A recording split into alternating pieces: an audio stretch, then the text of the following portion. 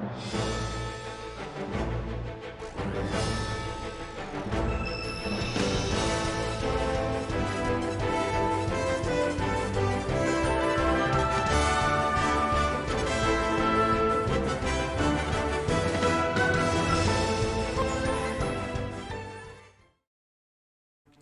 what's going on, guys?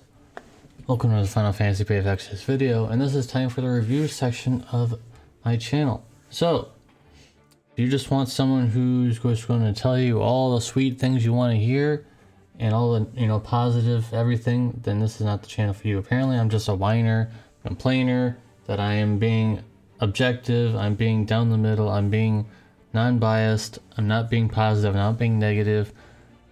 Until I get to the actual score, of course, but I'm not someone who's gonna, give everybody a 10 out of 10 because that would ruin my credibility. So I looked at the last review on Pwn or Poppy, and it was actually back when I was still looking at wiki pages, and that made me cringe a little bit. So that was pretty cringy. If you guys back on, don't even go look at it. Don't look at it. Just look at this one. So I made this new slide for her. I didn't even have to look at her page. I already knew everything about her because I've made several videos on her already. So her by the way, her STMR is not very good. And she didn't get any secret buffs. I looked at it. I looked at her page very quickly. Just to make sure if there was any secret buffs. There is none. Her STMR is very bad. It will always be bad because it doesn't really do anything interesting, really. So we don't really need that. Anyway, water, wind, and light AoE imbues. When I mean AoE, I mean for all allies.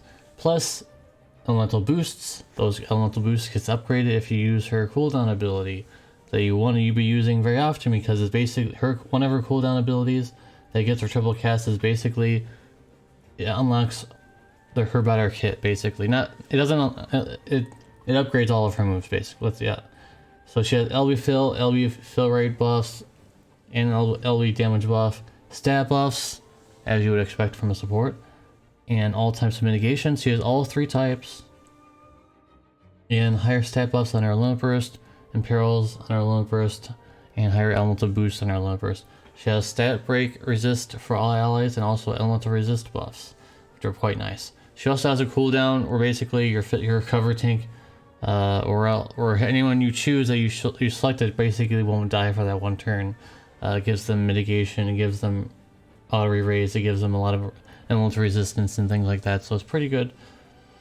Her triple cast has to be maintained at all costs. If you see it off cooldown, you have to use it because you need to keep that unlocked. You need to keep that on cooldown, very, very important. And her buffs are obviously not going to be up to date with future supports or supports of the past, but like, it really doesn't matter that much because she does so many things. It's like Sylvie. She wasn't the best of all time of everything, but she has so many things in her kit that were really interesting that she basically, Pwn or Poppy, basically can do a whole bunch of things in one slot. That's why I'm still using her from time to time even now. She still has a lot of useful things about her. So if you are a new player and you don't have any supports at all, of course, I would recommend UOCing her 100%. If you're asking me if she's worth UOCing and you getting her Prism, guaranteed 100%. And I'm going to be giving her an 8.5 out of 10. She probably would have gotten a 9 if she came out a long time ago, but hey, she's here now, so just enjoy her now. And you can tell me that if you can say that's whining if you want. I'm not whining. I'm just telling you that she's here now at least. So yeah, her score goes down a little bit because her buffs are not the highest, but like I mentioned, it doesn't matter that much. So 8.5 out of 10, very high score. If you are new to my reviews, 7 is the baseline score, and anything above 7 will be quite good. I need to make like a grading sheet eventually. I need to figure out how to do that. Make myself a grading sheet of some kind. But yeah, 8.5 out of 10. And what most of you guys may be here looking for is King Behemy. Behemy. I'm gonna say that's how you say it for now. His STMR is it good? I'll leave the STMR if it's good. I think in this instance the STMR is good in the eye of who wants him, basically. Because if you look at it objectively, if you look at it just from far away, it's kind of bland. But for him, it might be good. So let's find out. He has infinite turns, which is always a good thing. Break sword ability with break gauge ability with greatsword on both sides.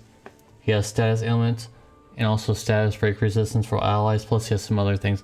Guys, when I mention some of these things in these pros, I'm not going to mention all of his entire kit, and I may not mention a certain thing that he has in one of his abilities. Just so if you guys want to rush to the comments and say, "Oh, you missed this ability," I'm not gonna list every single little thing that he has. I'm just listing the highlights. Triple cast permanently, which is quite nice. In fact, having triple cast on a tank is quite, I wouldn't say overpowered or broken, but it's pretty nice. It's pretty nice. Imagine like getting triple cast permanently on your Both, for example. That would be pretty nice. Earth Imbue and also Earth Boost 20% to all allies. So he has a AoE Earth Imbue, which is better than I expected. And he has a 250% defense and spirit TDH with the shield. He also has, as an option, if you want to build him this way, 100% defense and spirit true dual wield. Which is okay. Very similar to Broth. 5 times cap, 500% cap. That's quite nice. And also his base level burst is quite good because it has cover, it has mitigation, it has demon mitigation, it has some other, I think it has some other things on it too. So I think that you really want to level that up because it reduces the cost to 40, which is quite good. And I think that his base level burst is way better than his Brave Shift one where it just gives like it just gives like Mirage and stuff. And I think that his base level burst is actually quite amazing. In fact, I would even go as far as saying making him have a build where he can use his level burst quite often is probably really useful.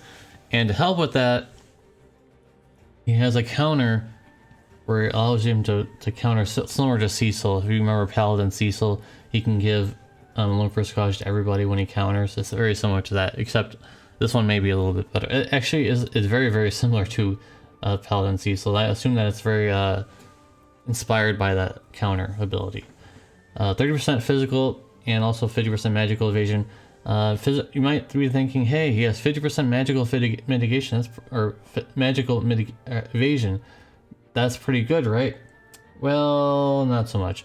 There's been several units that have 50% magical evasion, and it doesn't really matter that much. And the reason for that is if you're a new player and you're wondering about why magical evasion is not talked about much, is because you can't stack it with anything except for one thing. So for example, you have, I know this is not really obtainable anymore, but I always make this the best example.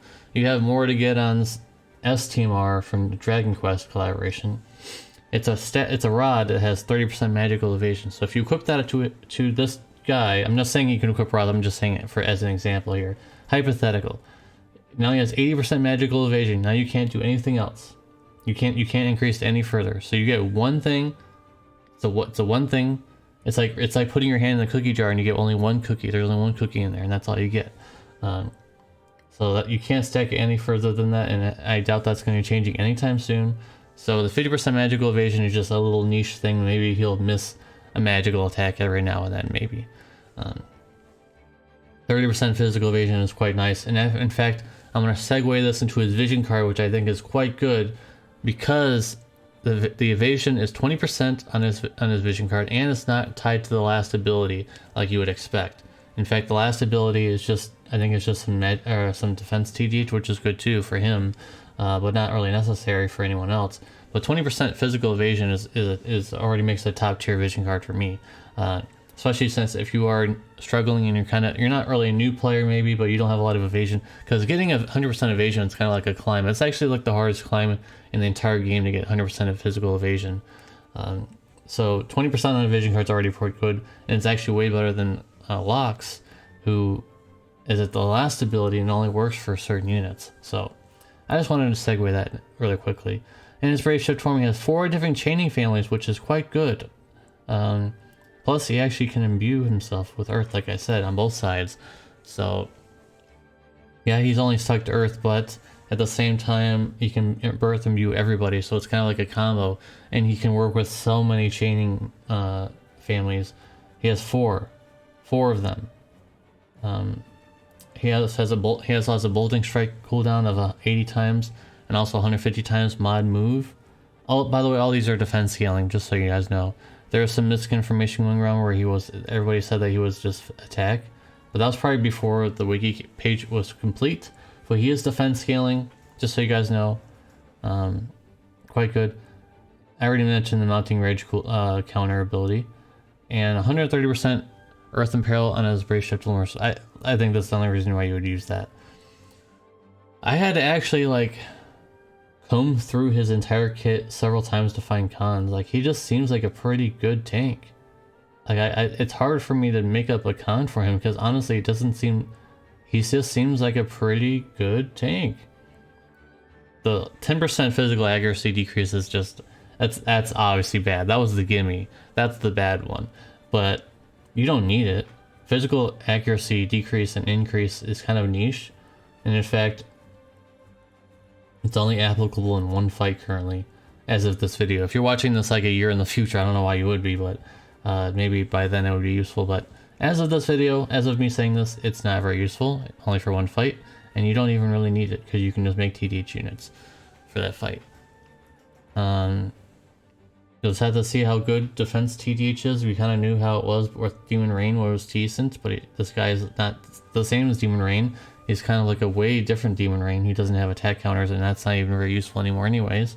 I couldn't think of many cons, guys. I can't really think of very many cons. He has infinite turns. He has preemptive cover, which I didn't mention, by the way. I forgot to mention that. He does have preemptive cover, but there will be some other units. Maybe there's not so much cons, but there are options in the future, guys, that you can get for your physical tanks. If you don't have Gabranth, there will be Gladio Daddy. He's a very good option. He's quite good, actually, quite good. And we have C card, and yeah, I'm sure a lot of you guys in the comment section and people are watching have a lot of C cards. So that's also a very good option for you. In fact, C card is probably one of the best tanks in the entire game, just because of all the options that he has. So if you have a Gabranth, this guy is not gonna overshadow Gabranth, and I think that Gabranth doesn't overshadow him. It's kind of like they don't really do the same thing. They don't really do the same stuff. I don't think that he's better than Gabranth. I don't think the Gabranth's better than him, like I said. So I think that he's just a very, very good, reliable tank. He has a lot of good things about him. I can't really say much bad about him. So I'm gonna give. I'm in the range. I'm thinking in the range of 9 to 9.5. I'm just gonna say 9 out of 10. But it's edging towards that 9.5. It's edging towards the 9.5. I'm not sure what I'm not really sold on the defense TDH because usually you'd want to have a shield or something equipped. So that's the only thing that's really hurting a score. And that's not bad. 9 out of 10 is insanely high score, just so you guys know. But I'm not really sold on the defense TDH just yet.